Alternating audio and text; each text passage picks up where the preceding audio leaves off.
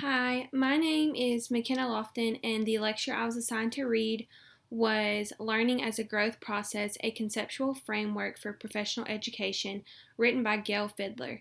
The message of this lecture was how much occupational therapy has grown and evolved medically and personally throughout the decades. The main themes and takeaway points were that Miss Fidler genuinely felt like students of occupational therapy learned more with hands-on experience and being out in the field, not only with education on the human body, but with proper techniques on how to interact with your patients and achieving the appropriate personal relationship with them. She wanted students to be able to develop the critical thinking that is required to be an occupational therapist in order to make the decisions to treat your patients. It was important to her that we treat our patients like we would want to be treated, treating them to the best of our ability. Also, that we treat every person for their individual needs, each person being treated differently and accordingly. Another thing is that we are able to present information to the patient that they will be able to retain in order to be fully informed on the seriousness of their injury or injuries.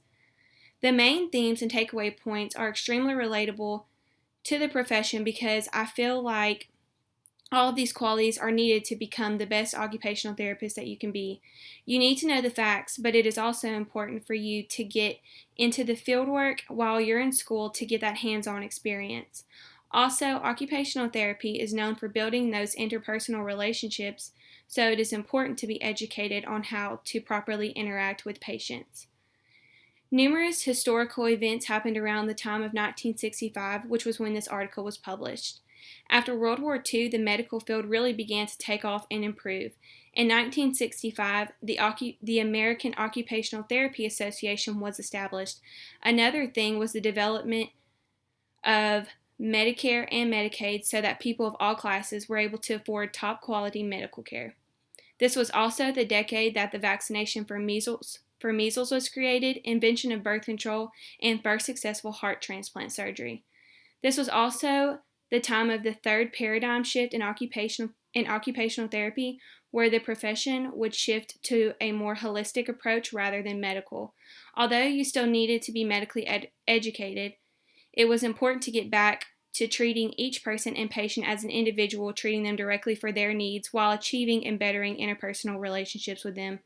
The purpose of this lecture was to have a positive effect on occupational therapy while expressing that it is important to know the facts, but to also be able to present them appropriately and genuinely know how to treat and take care of your patients.